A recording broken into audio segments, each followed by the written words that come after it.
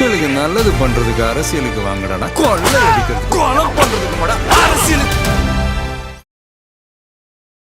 ஆதவ அர்ஜுனா அவர்களை எந்த அளவுக்கு பர்சனலாக அட்டாக் பண்ணுறாங்க அப்படின்றத நம்ம ஆரம்பத்துலேருந்தே பார்த்துக்கிட்டு வரோம். டார்கெட் பண்ணி நேற்று ஒரு அறிமுக கூட்டம் தான் நடக்குது. அந்த அறிமுக கூட்டத்தில் பேசிக்கிட்டு இருக்கும்போது நாஞ்சிலார் பேசிக்கிட்டு இருக்காரு. அப்போவே வந்து இந்த பெண்கள் இருக்கக்கூடிய பகுதிகளில் வந்து இந்த பாட்டில் வந்து விழுது. நாங்கள் பார்க்குறோங்க களத்தில் எந்த அளவுக்கு இருக்குன்னு. ஆனால் இந்த பாட்டில் வீசி யாருக்காவது ஏதாவது காயம் ஏற்பட்டு இருந்ததுன்னு வச்சுக்கலாம், கண்டிப்பாக சும்மா விட்டுருக்க மாட்டாங்க. தாவேகாவினர் மட்டும் இல்லை, ஆதவ அர்ஜுனாவே அதை சும்மா விட்டுருக்க மாட்டாங்க.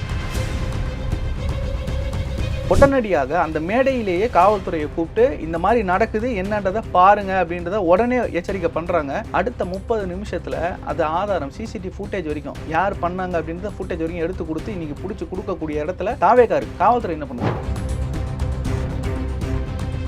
எனக்கு என்ன புரியலன்னா, இவங்க நடத்தக்கூடிய இடங்கள் எல்லாத்துலேயும் தடங்கல்களை உருவாக்கிட்டு ஒரு எதிர்வினை வந்த உடனே அதை அப்படியே மறைக்கிற விஷயம் இருக்கு இல்லையா, நீங்கள் அப்படியே விட்டால் கூட பரவாயில்ல, அதை மறைக்கிறதுக்கு ஒரு பூசு வேலை பண்ணுறீங்க. அந்த பூசு வேலை தான் அப்பட்டமாக உங்களை வந்து மக்கள்கிட்ட காட்டி கொடுத்தோம்.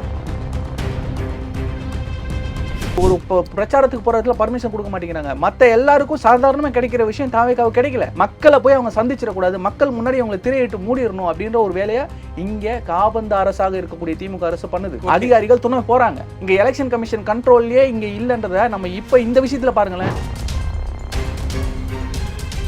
அவங்க வந்து 1 வருஷம் 2 வருஷம் இல்லை, 75 வருட பவள விழா அனுபவம் இதில் தான், வேற எதுலையும் இல்லை. இந்த மாதிரி எதிராளிகளை அடிக்கிறது, உடைக்கிறது, பல கொலைகள்லாம் நடந்திருக்கு. நம்ம தேர்தல் சமயங்களில் பார்த்துட்டு இருக்கோம். இன்னைக்கு நம்ம இந்த சோசியல் மீடியா யுகத்தில் இருக்கிறதுனால தப்பிச்சுக்கிட்டு இருக்கோம். ஐயோ எல்லாத்தையும் வெளியே போட்டுடுறாங்க, இதை பண்ணக்கூடாது, இதை பேசக்கூடாது. அதையும் மீறி அவங்களுடைய துயரூபம் அது பல இடங்களில் வெளியே வந்துருக்கு. அதை நம்ம அப்பட்டமாக பார்க்க முடியாது. அந்த அதிகார போதை, அதிகார வெறி, ஜெயிச்சிடணும், எதனா பண்ணி ஜெயிச்சிடணும் அப்படின்ற ஒரு வெறி நம்மளால வந்து கண்கூட பார்க்க முடியும் திமுக கிட்ட. அதுதான் இன்னைக்கு வில்லிவாக்கத்தில் நடந்த சம்பவம்.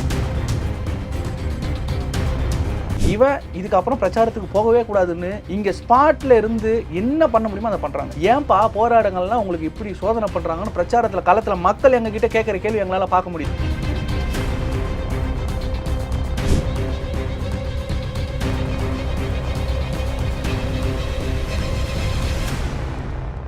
ரியல் ஒன் உறவுகளே, நடுநிலையோடு பொறுப்புடன் செய்திகளை வழங்கி பல லட்சக்கணக்கான மக்களின் நம்பிக்கையை பெற்ற நமது சேனலின் வளர்ச்சிக்கு உங்கள் ஆதரவு தேவை. இந்த ஊடக பயணம் தொடர்ந்து வலுப்பெற திரையில் தெரியும் QR கோட் ஸ்கேன் செய்தோ அல்லது டிஸ்கிரிப்ஷனில் உள்ள வங்கி விவரங்கள் மூலம் உங்களால் முடிந்த அளவு சப்போர்ட் செய்யுங்கள். உங்கள் ஒவ்வொரு ஆதரவும் நமது குரலை இன்னும் பல லட்சம் பேரிடம் கொண்டு செல்ல உதவும். ரியல் ஒன் நேயர்களுக்கு வணக்கம். இன்று நம்மளுடைய நேர்காணலுக்கு தமிழ்நாடு இளைஞர் கட்சியிலிருந்து திரு நரேஷ் அவர்கள் இணைஞ்சிருக்காங்க. பிரதர் வணக்கம். வணக்கம். நம்ம இப்படி உட்காந்து பேசக்கூடிய கடைசி நேர்காணல் இதாக தான் இருக்கும்னு நினைக்கிறேன். ஏன்னா இதுக்கப்புறம் ஃபுல்லாக களத்தில் தானே இருப்பீங்க. ஆல்ரெடி களத்தில் தான் இருக்கும். நம்ம ஆல்ரெடி ரொம்ப பெரிய கேப் விட்டோம்னு நினைக்கிறேன். களத்தில் தான் இருக்கும். எல்லா தொகுதிகளையும் நம்ம பசங்க ஃபுல்லாக இறங்கி வேலை பார்த்துட்ருக்கோம். ஸோ இதோட சென்னை வர்றது கஷ்டம். மேபி ஏதாவது நீங்கள் இன்டர்வியூ ஸ்பெஷல் அப்படின்னு ஏதாவது கூப்பிட்டிங்கன்னா அப்போ வரதுக்கான வாய்ப்புகள் இருக்கும். பட் அது ரொம்ப கம்மி. ஓகே, வாய்ப்பு கம்மி. ஏன்னா களத்தில் நேரம் கம்மி, ஓட வேண்டிய ஓட்டம் அதிகமாக இருக்குது. இன்னும் 20 நாள் தான்.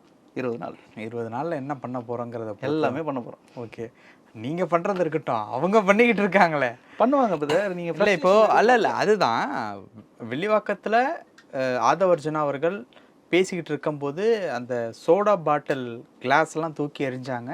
அது யார் என்ன அப்படின்னு சொல்லி கேட்டு ரொம்ப கோபம் அடைஞ்சு பேசின ஒரு விஷயம் வந்து ரொம்ப பேசும் பொருளாக நேற்று இரவு வந்து ஆயிடுச்சு. உண்மையில் என்ன நடந்துச்சு? இல்லை நீங்கள் எல்லா விஷயத்தையுமே திமுக பக்கம் திருப்பணுங்கிறதுக்காக திருப்புறீங்களா, இல்லை பண்ணுறது உண்மையாகவே திமுக ஆளா அப்படின்ட்டு ஒரு குழப்பம் ஏற்படுது. அதாவது மக்களுக்கு எல்லாமே நல்லா புரியுதுங்க. இங்கே என்ன நடக்குது, அவங்க என்ன பண்ணுறாங்க அப்படின்றதெல்லாம் நல்லாவே புரியுது. இதெல்லாம் செய்யக்கூடிய ஆட்கள் தான் அவங்க அப்படின்றது நல்லா மக்களுக்கு தெரியும். இதெல்லாம் நம்ம ஏதோ வந்து வீண் பழி போடுறோம் அப்படின்ற மாதிரி மக்கள்கிட்ட இருந்து எந்த ஒரு இதுவும் வரல. அந்த எதிர்வினைக்கு ஆதாரத்தையும் அரை மணி நேரத்தில் காட்டிட்டார்.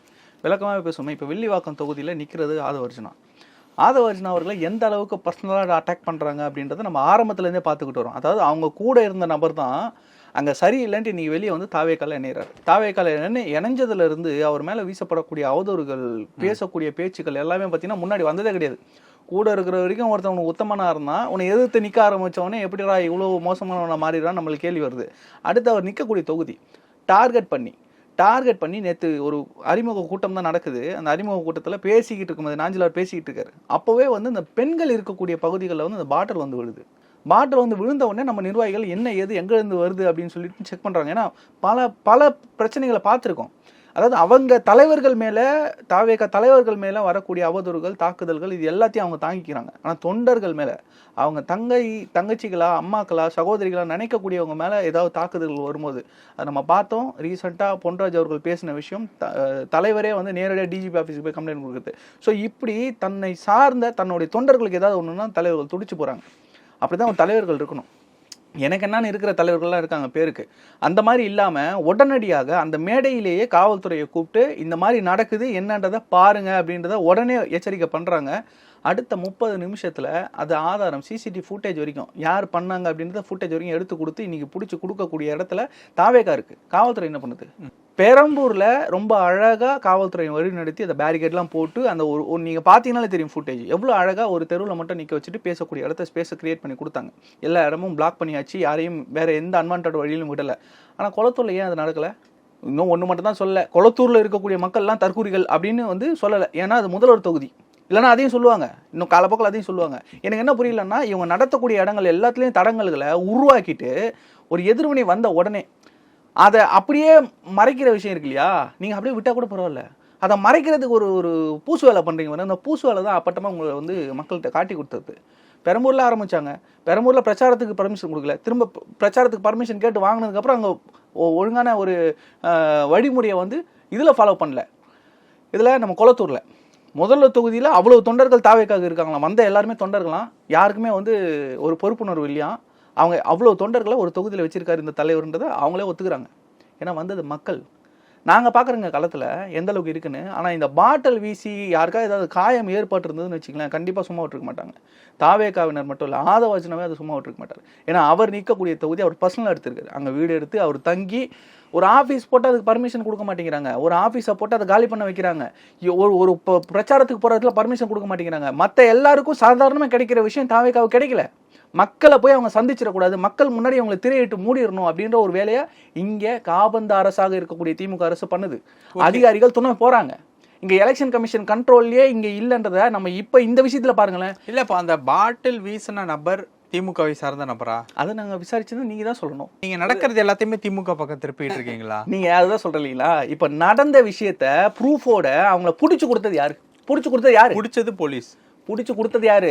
நீங்கள் சிசிடிவி கேமரா அழிஞ்சிருச்சுன்னு சொல்லியிருப்பீங்க, அதை முன்னாடியே கவர் பண்ணி எடுத்து அவங்களை பிடிச்சி கொடுத்தது தாவேகாவினர். அப்போ இதை யார் வந்து திமுகவினர் நீங்கள் தான் கண்டுபிடிக்கணும். ஏன்னா இதில் நிறைய விஷயம் நடக்கும். அவங்க வந்து 1 வருஷம் 2 வருஷம் இல்லை, 75 வருட பவள விழா அனுபவம் இதில் தான், வேற எதுலையும் இல்லை. இந்த மாதிரி எதிராளிகளை அடிக்கிறது உடைக்கிறது பல கொலைகள்லாம் நடந்திருக்கு. நம்ம தேர்தல் சமயங்களில் பார்த்துட்டு இருக்கோம். இன்னைக்கு நம்ம இந்த சோசியல் மீடியா யுகத்தில் இருக்கிறதுனால தப்பிச்சுக்கிட்டு இருக்கோம். ஐயோ எல்லாத்தையும் வெளியே போட்டுடுறாங்க, இதை பண்ணக்கூடாது, இதை பேசக்கூடாது. அதையும் மீறி அவங்களுடைய தன்னிலையை வந்து அந்த அந்த உணர்வு ஒன்று இருக்கும் இல்லையா உள்ளுக்குள்ளே, அவங்களுடைய என்ன சொல்கிறது சுயரூபம், அது பல இடங்களில் வெளியே வந்துடுது. அதை நம்ம அப்பட்டமாக பார்க்க முடியாது. அந்த அதிகார போதை, அதிகார வெறி, ஜெயிச்சிடணும், எதனா பண்ணி ஜெயிச்சிடணும் அப்படின்ற ஒரு வெறி நம்மளால வந்து கண்கூட பார்க்க முடியாது திமுக கிட்ட. அதுதான் இன்னைக்கு வில்லிவாக்கத்தில் நடந்த சம்பவம். அந்த சம்பவம் உடனே இது தாவேக்காவினர் தான் இவங்களே பண்ணிட்டு இவங்களே பழி போடுறாங்கலாம் சிலர்லாம் ஒட்டிக்கிட்டு வாடகை வாய்கள்லாம் இருக்கு. அவங்களாம் ஒரு கட்சி வேட்பாளராக நிற்கிறாங்க. ஆனால் அந்த பிரச்சனையை பேசுறதுல நாள்தோறும் இந்த பக்கம் தான் பேசிக்கிட்டு இருக்குது. அதனுடைய விளைவை சீமான் இன்னைக்கு களத்தில் பார்க்குறாரு. அவர் பேசினா போகிற மக்கள் கூட நின்று பார்ப்பாங்க. நின்று பார்க்கறது ஒரு 20 பேர் கிடையாது. ஒரு தொகுதியில பிரச்சாரம் பண்ணுறாரு. அந்த மாவட்டத்துக்கு வந்து போயிட்டார் அப்படின்றது அந்த மாவட்டத்தில் இருக்கணும் தெரியல, அந்த தொகுதியில் இருக்கணும் தெரியல.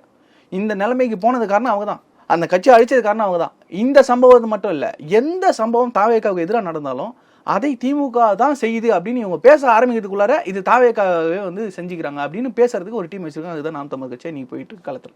ஓகே, இப்போ இவ்வளவும் வந்து நடக்குதில்ல, 2 விஷயத்துக்கு ஒரு விளக்கம் வந்து கொடுங்க. ஒன்று வந்து ரொம்ப திமுக சார்ந்த விமர்சனங்கள் தேர்தல் நேரத்தில் தாவேகா வைக்கிறது அப்படிங்கிறது வந்து ரொம்ப அதிகமாயிருச்சு. ஏன்னா பாட்டில் தூக்கி வீசுறது அப்படிங்கிறதா இருக்கட்டும். இன்னொரு பக்கம் பார்த்தீங்க அப்படின்னா வந்து நடக்கக்கூடிய எல்லா விஷயங்களையுமே திமுக பக்கம் திருப்பி அதில் ஒரு லைம் லைட்டை வந்து ஒரு விஷயம் நடந்துக்கிட்டு இருக்கு, அது கிரியேட் பண்ணப்படுதா இல்லை நடந்துக்கிட்டு இருக்கு அப்படிங்கிறதோட நம்ம நிறுத்திக்கலாமே.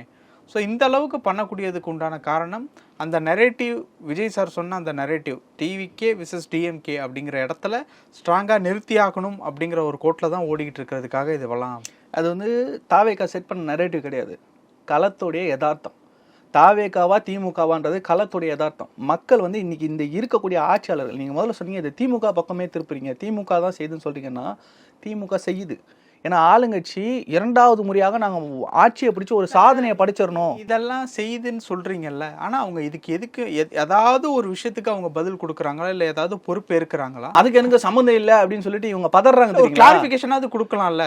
எங்க கட்சிக்காரவங்க இல்லை அப்படின்ட்டு எதுவுமே இல்லை சைலண்டா இருக்காங்க அப்படின்னா நீங்க தான் பேசிக்கிட்டு இருக்கீங்க. சரி, நீங்க ஒன்றும் புரியல உங்களுக்கு. மாநகராட்சி சம்பந்தமா ஒரு பிரச்சனை வருது.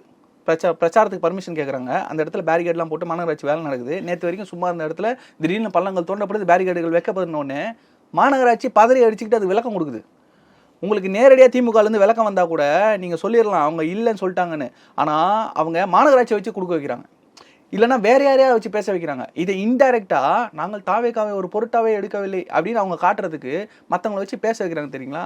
அதுதான் அப்பட்டமாக இருக்கும். ஒரு காமெடியில் கூட சொல்லுவாங்க, நீ செஞ்சது கூட நான் டவுட் பண்ணலடா, இப்போ நீ கேவலமாக ஒன்று சமாளிக்கிற தெரியுமா, அப்படி தான் டவுட் ஒரு கன்ஃபார்ம் ஆகுதுன்ற மாதிரி அப்படி தான் இவங்க சமாளித்து மாட்டிக்கிறாங்க. இந்த மாதிரி நிறைய விஷயங்களில் மற்றவங்கள பேச வச்சு அதுக்கும் சம்மந்தம் இல்லை அப்படின்னு விளக்கம் கொடுக்க வச்சு அவங்க வந்து தாவேக்காவை தொடவே இல்லை அப்படின்ற மாதிரியே போயிடுறாங்க. இன்னைக்கு நடக்கக்கூடிய தொலைக்காட்சி விவாதங்கள்லேருந்து செட் செய்யப்படுறது தான் நெரேட்டிவ்.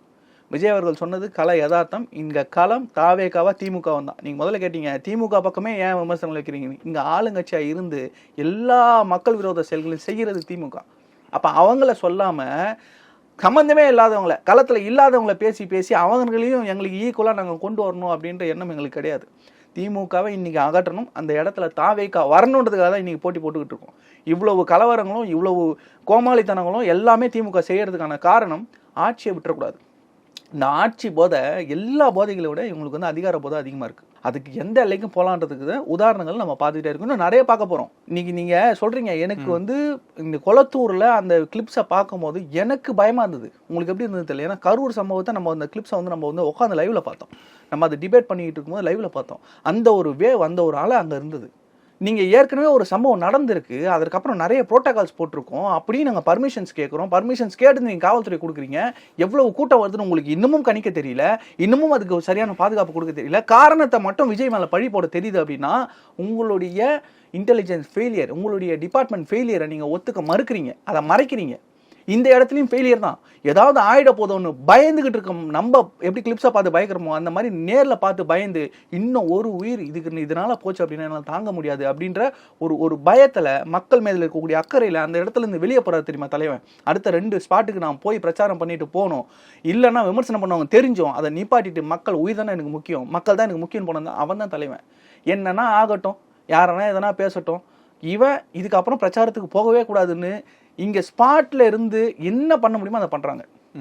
எல்லாத்தையும் கை விரிச்சிட்டு எனக்கு தெரியாதுங்க, எல்லாத்துக்கும் காரணம் விஜய் தான் அப்படின்னு நிற்கக்கூடிய திறனற்ற ஒரு அரசா இது வரைக்கும் டிஜிபியை நியமிக்கிறதுக்கு ஒரு உருப்படியான காரணம் இல்லாத இந்த அரசை நம்ம வேற என்ன சொல்ல முடியும்? இந்த ஆட்சியை கலைக்க தான் முடியும். இந்த ஆட்சியை கடத்திட்டு அந்த இடத்துல ஒரு தூய சக்தியை ஆட்சியில் அமர்த்த வேண்டியதான் மக்களுடைய ஒரே ஒரு இலக்கா இருக்கு. ஓகே, இந்த இடத்துல இவ்வளவு பிரச்சனைகள் இருக்கு அப்படிங்கிறதுனால தான் விஜய் அவர்கள் புதுச்சேரியில வீடியோ மூலியமா பிரச்சாரம் பண்ண போறதா ஒரு தகவல் கிடைச்சிருக்கு. சரி, வாய்ப்புகள் இருக்கு. நான் அதை வந்து இது உண்மை, இது நடக்கும் நடக்காதுன்னு நம்ம சொல்ல முடியாது. நான் என்ன சொல்ல வரேன்னா, அதாவது வில்லிவாக்கத்தில் அவர் வந்து பிரச்சாரத்துக்கு பிளான் பண்ணியிருந்தார், போகலை. பெரம்பூரில் பிரச்சாரத்துக்கு பண்ணியிருந்தால் போயிட்டார். ஆனால் பெரம்பூரில் பிரச்சாரம் பண்ணது தமிழ்நாடு முழுக்க இருக்கிற 234 தொகுதிகளில் இருக்கக்கூடிய மக்கள்கிட்டையும் போய் சேர்ந்துருக்கு. உண்மையா இல்லையா? நான் ஏதாவது ஜென்சி கிட்ஸுக்கு மட்டும் போச்சுன்னு சொல்ல, எங்கள் அப்பா பார்த்துருக்காரு, ஊரில் இருக்கிற வயதானவர்கள் பார்த்துருக்காங்க. ஏன்பா போராட்டங்கள்லாம் உங்களுக்கு இப்படி சோதனை பண்ணுறாங்கன்னு பிரச்சாரத்தில் களத்தில் மக்கள் எங்ககிட்ட கேட்குற கேள்வி எங்களால் பார்க்க முடியுது. இது எங்கே இருந்தாலும் அவரால் பண்ணிட முடியும். ஆனால் மக்கள்கிட்ட டைரெக்டாக ஒரு டச் இருக்கணும் அப்படின்னா நேரில் போகணும் தலைவர்கள். அதைத்தான் பின்பற்றுறதுக்கு என்னை மக்கள்கிட்ட போக விடுங்கன்னு கதறாரு. என்னை மக்கள்கிட்ட வேறு எதுவுமே கேட்கல, எனக்கு எந்த சலுகையும் கேட்கல, மக்கள்கிட்ட நான் போகிறேன், மக்களுக்கு பாதுகாப்பு கொடுங்கன்னு கேட்குறாரு. பாண்டிச்சேரியில் நம்ம ஏற்கனவே பார்த்தோம், ரொம்ப கியூஆர் கோடோட ஒரு ப்ராப்பராக இத்தனை பேருக்கு மட்டும்தான், நிர்வாகிகள் மட்டும்தான் அனுமதினு அங்கே தான் ஆரம்பித்தாங்க. ஸோ அப்படி பண்ண ஈவெண்ட்டுக்கே வந்து பார்த்திங்கன்னா பாண்டிச்சேரியில் நம்ம ஒரு கிரவுண்டில் ஒரு செக்யூர்டாக பண்ண முடியுது. ஆனால் மக்களை சந்திக்க உள்ளே போகும்போது சின்ன சின்ன குறுகலான தெருக்கள், பழைய பிரெஞ்சு காலத்து தெருக்கள், அந்த மாதிரி தெருக்களில் ஏதாவது அசம்பாவிதம் ஆச்சு அப்படின்னா யார் பொறுப்பேற்பா தெரியல. மேபி அதை வந்து பண்ணியிருக்கலாம். மக்களுடைய நலனுக்காக அவர் சோஷியல் மீடியாலேயே அந்த பிரச்சாரத்தை பண்ணாலும் தவறு இல்லைன்னு தான் நான் சொல்லுவேன். அந்த முடிவு வந்திருக்காங்கன்னு எனக்கு தெரியாது, பட் ஆனால் அது பண்ணாலும் தவறு இல்லைன்னு தான் நான் சொல்லுவேன். ஏன்னா இருக்கக்கூடிய டெக்னாலஜி யுகம் நம்ம ஒரு காலத்திலையும் பரிமாணங்களை வந்துட்டு தான் இருக்கும். முதல்லலாம் வந்து திண்ணை பிரச்சாரம் பண்ணாங்க, ஒரு மாநாடுகள் நடத்துனாங்கன்னா மாநாடுகள் 3 நாட்கள் ஒரே இடத்துல நடக்கும், மக்கள் அலையலையாக திரண்டு வந்து அந்த இடத்துல வந்து தங்கி அங்கேயே சமைச்சு சாப்பிட்டு தூங்கி எழுந்து விடிய விடிய பேசின தலைவர்கள்லாம் நம்ம பார்த்துருக்கோம். அதை தாண்டி மீடியா வந்துருச்சு, ரேடியோ வந்துருச்சு. இன்னைக்கு வந்து சோசியல் மீடியாவில், யூடியூப்ல எங்கே உட்காந்தாலும் என்ன நடக்குது, எங்கே பேசுகிறாங்க, என்ன கருத்து சொல்கிறாங்க, அதுக்கு என்ன எதிர்வினை வருது, எல்லாத்தையும் நம்மளால் பார்க்க முடியுது. So why can't we do that? நார்மலாகவே வந்து விஜய் அவர்கள் வந்து ஒரு இன்டோருக்குள்ளே இருக்காரு அப்படிங்கிற மாதிரியான ஒரு விஷயம். அவுட்டோர்ல அவர் வரமாட்டாருன்றது இல்லைங்க. இங்க நெரட்டிவ் அதான் செட் பண்றாங்க. இப்போ நீங்க கூட எப்படி கேக்குறீங்கன்னா, அவர் வந்து சொஃபஸ்டிகேட்டடா வாழ்ந்திருக்காரு, சொஃபஸ்டிகேட்டடா உள்ளவே இருந்திருக்காரு, அப்படியே இருந்துக்கணும்னு நினைக்கிறவரு பாலிடிக்ஸ் வர மாட்டார். பாலிடிக்ஸ் வர வேண்டிய அவசியமே இல்லை. இது எல்லாமே அவருக்கு தெரியும். இன்னைக்கு வந்ததுக்கு அப்புறம் அவர் பாக்குறது இல்லை, எல்லாத்தையும் முன்னாடியே பார்த்துட்டு இது நடக்கும் தெரிஞ்சுதான் வந்திருக்காரு.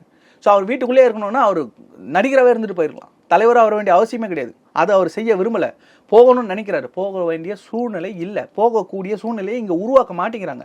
அந்த சூழ்நிலையை தடுக்கிறதுக்கான வேலையை தான் பார்க்குறாங்க. அதனால் பாதிக்கப்படுறது மக்கள், அவரை விரும்பி வரக்கூடிய மக்கள், அவரை பார்க்க வரக்கூடிய மக்கள். நீங்கள் தொண்டர்கள் தொண்டர்கள் தொண்டர்கள் மொத்தமாக தொண்டர்கள் ஆகுறீங்க. அப்படி பார்த்தீங்கன்னா இது வரைக்கும் அவர் போன மீட்டிங் எல்லாத்துக்குமே அவரை பார்க்க வந்தது தொண்டர்கள் தான். அவர்களுக்கு தான் பொறுப்பு இல்லை அப்படின்னா கிட்டத்தட்ட கோடிக்கணக்கான மக்கள் இது வரைக்கும் பார்க்க வந்திருக்காங்க. அந்த கோடிக்கணக்கான மக்களும் இப்போ விஜய் அவருடைய தொண்டர்கள் அப்படின்னா இன்னும் வராத மக்கள்லாம் இருக்காங்கல்ல, வீட்டில் இருந்து பார்த்துக்கோங்க, அவங்களுடைய ஆதரவோட பேராதரவோட இந்த தேர்தலில் தனிப்பெரும்பான்மையோட விஜய் இங்கே தாவேக்கா அடிக்க போகுது. ஓகே, எழுதி வச்சுக்கிங்க. கூட்டணி கட்சிகள் நாங்கள்லாம் ஒன்றா சேர்ந்துட்டோம், அதனால் நாங்கள் வெற்றி பெற்றோம்னு வச்சுருக்காங்களே, நீங்கள் சேர்ந்ததுனாலே தோல்வி அடைய போகிறீங்க. சேராமல் விஜய் அவர்கள் எடுக்க போகிற அந்த வெற்றி அப்படிங்கிறது என்டிஏ கூட்டணி வச்சுக்கிட்டு ஆட்சி அமைக்கும் அப்படின்ட்டும் ஒரு செய்தி வந்து இருக்குது.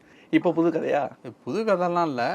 நீங்கள் தேர்தல் முடிஞ்சால் கூட தனிப்பெரும்பான்மையோட தாவேக்கா ஆட்சி அமைச்சா கூட அப்போவும் பாஜகலேருந்து சிலர் அவர் எங்களோட வந்துடுவார், அவர் கட்சியில் இத்தனை எம்எல்ஏ நாங்கள் விலைக்கு வாங்கிட்டோம், என்றைக்கு இருந்தாலும் இந்த ஆட்சி கலைக்கப்படும், எங்கள் ஆதரவோடு தான் இந்த ஆட்சி நடக்கும், இப்படிலாம் அந்த பக்கம் விட்டுவாங்க. இந்த பக்கம் பாஜக பி டீம் அது ஒரு இந்த ஒரு இது சொல்லுவாங்க இல்லையா, அது சொல்லிக்கிட்டே இருப்பாங்க பாருங்க. நான் முதலமைச்சர் ஆவேன், நான் சிஎம் ஆவேன், நான் பிஎம் ஆவேன், நான் அம்பானி ஆவேன் அப்படின்னு சொல்லிக்கிட்டே இருக்கிற மாதிரி யாரெல்லாம் திமுக எதிர்க்கிறார்களோ, யாரெல்லாம் இங்கே நடக்கக்கூடிய அநியாயத்தை தட்டி கேட்குறாங்களோ அவங்க எல்லாருமே பாஜக பி டீம். அது எந்த நிலையில் இருந்தாலும் சரி.